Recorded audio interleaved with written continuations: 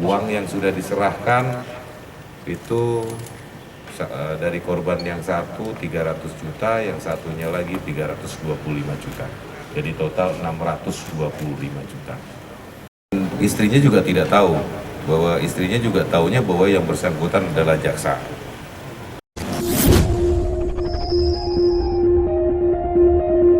Ya.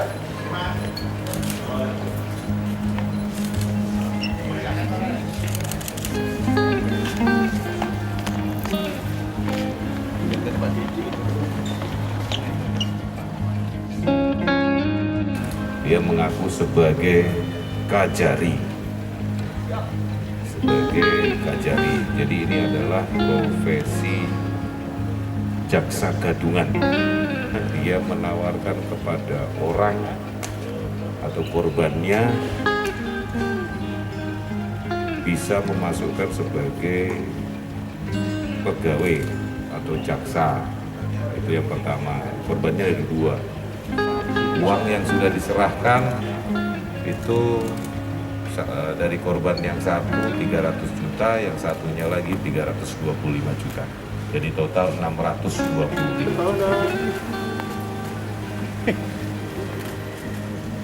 Maju.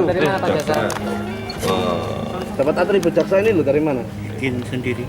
Bikin sendiri. Beli apa? Bikin. Beli atau bikin? Bikin sendiri. Bikin. Emblem-emblemnya. Semuanya atributnya. Beli.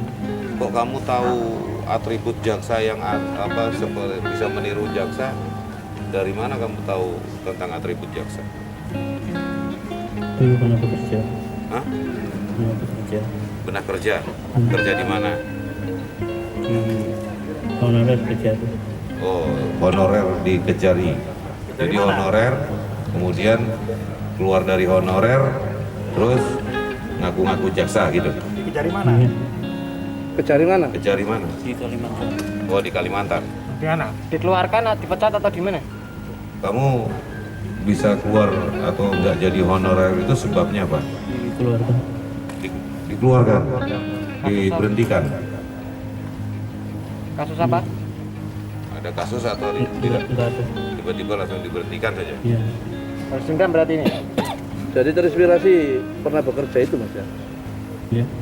Korbanmu ada berapa yang dengan Dua itu dengan berapa? Kejari Lagi itu? nggak? Dengan Enggak pos, ada. hah? Enggak ada lagi. Dua itu. Cara mencari korban gimana mas?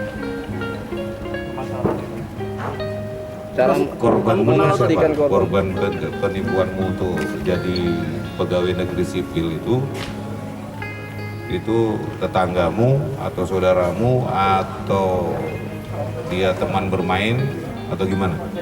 Kenal di warung kopi. Kenal di warung kopi. Oh, kamu kenal di warung kopi, kamu mengenalkan diri bahwa kamu bisa untuk memasukkan atau untuk mengurusi yang bersangkutan menjadi jaksa maupun PNS di Kementerian Hukum dan HAM gitu ya? Iya. Gitu. Iya. Ketika di warung kopi pakaian jaksa gitu ya? Nongkrong pakai. Tidak. Oh, jadi enggak pakai pakaian jaksa? Tidak selalu. Tidak selalu. Terus kok orang ini bisa yakin kamu seorang jaksa?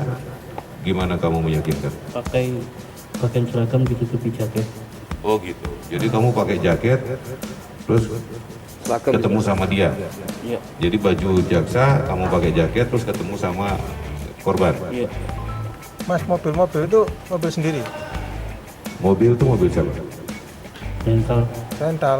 Rental. Ada sopir juga ya? Iya. Ya ada sopir sendiri. Terus Sewanya. Iya. istrimu sampai nggak tahu itu gimana cara?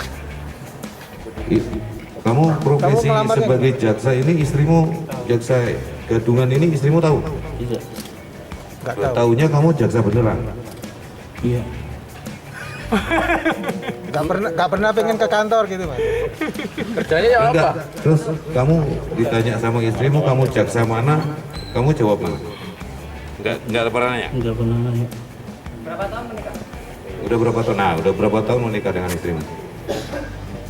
6 tahun. Selama 6 tahun itu tidak tahu bahwa kamu ini hanya honorer gitu. Tahu cuma nggak pernah ngomong mungkin. Ya mas, mengaku di Oh, dari dia jaksa mana? maksudnya dia tahu bahwa kamu ini honorer jaksa gitu. Ya. Enggak, maksudnya dia taunya bahwa kamu di kejaksaan. Iya. Jaksa. Iya. Tapi dia nggak tahu bahwa kamu di jaksa itu adalah honorer, nggak tahu. Iya. Oh, berarti nggak tahu ya? Nggak tahu. Hari ini kita akan rilis yaitu peristiwa 372 378 ya. Yaitu penipuan dan penggelapan. Penipuannya yaitu dia mengaku sebagai kajari. Jadi ini adalah profesi jaksa gadungan. 378-nya itu adalah profesi dia jaksa gadungan. Kemudian yang 372-nya dia menawarkan kepada orang atau korbannya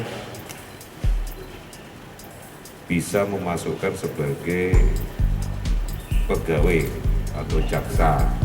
Itu yang pertama, korbannya ada dua. Yang kedua menjadi PNS di Kementerian Hukum dan HAM.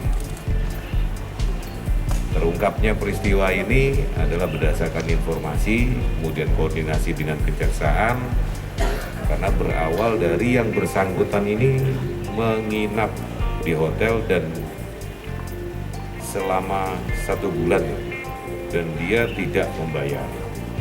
Kemudian pihak hotel selalu menagih kapan dibayar. Ada bahasa yang keluar dari tersangka adalah saya pegawai jaksa, kamu mau saya periksa, begitu. Diancam lah orang hotel. Akhirnya pihak hotel berkoordinasi dengan kejaksaan maupun dengan kepolisian, akhirnya dilakukan upaya penangkapan. Setelah upaya penangkapan, terbukti dia sebagai jaksa gadungan, kemudian kita lakukan penyelidikan lebih mendalam, ternyata ada korban dari tersangka, yaitu korban janji, ya, yang tersangka bisa memasukkan korban-korban tersebut menjadi pegawai kejaksaan maupun PNS Kementerian Hukum dan HAM. Kedua korban tersebut, yang satu dari Sabi Kerep, yang satu dari Kapasan. Uang yang sudah diserahkan itu dari korban yang satu 300 juta, yang satunya lagi 325 juta. Jadi total 625 juta. Sudah berapa lama dia mengaku jadi jaksa itu? Dia mengaku jadi jaksa itu dari 2019. Dari 2019 sudah mengaku jaksa. Ya, selalu berkeliaran ya mengaku dengan menggunakan atribut ini kalau dia jaksa. Infonya istrinya juga nggak tahu profesinya.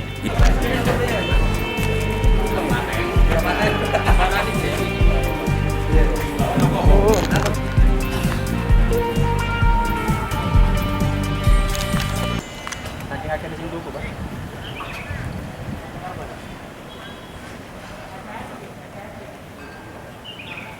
Duduk